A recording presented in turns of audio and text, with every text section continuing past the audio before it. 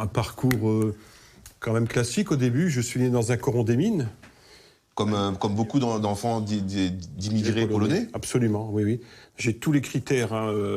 Père à la mine, silicosé, grand-père tué à la mine, à l'école du quartier, le club de foot au bout de la rue, évidemment. Voilà, c'est un univers clos, fermé.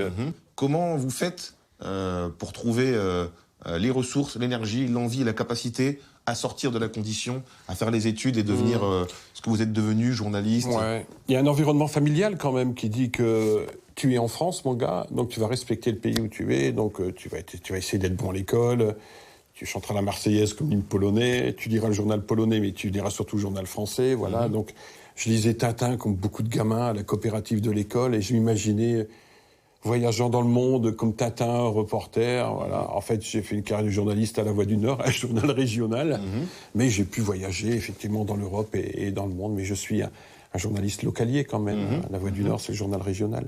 Tu es un homme de lettres. Le mot ch'tiski, c'est toi qui l'as inventé. Ouais, c'est un néologisme. On était quelques amis à discuter, mais qui sommes-nous à l'occasion du centenaire de l'arrivée des Polonais?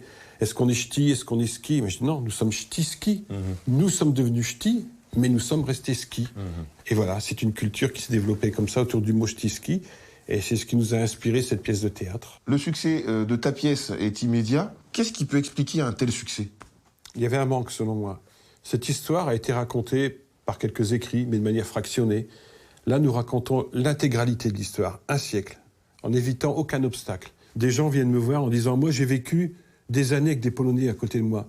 Je ne connais pas l'histoire de la Pologne. Je ne connais pas leur histoire. Et là, je découvre pourquoi ils ont ces comportements, pourquoi ils mangent comme ça, pourquoi ils dansent comme ça.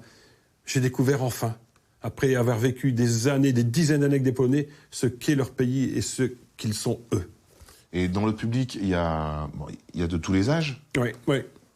Moi, j'ai vu une dame venir 3 fois, à chaque fois avec ses petits-enfants différents. Ceux qui venaient d'Angers, ceux qui venaient de Lorraine, une fois ceux de Paris. Je veux que vous voyez cette pièce pour comprendre vos origines. Parce qu'aujourd'hui, ils ont un nom qui se finit par Skizak ou Niak, d'origine polonaise.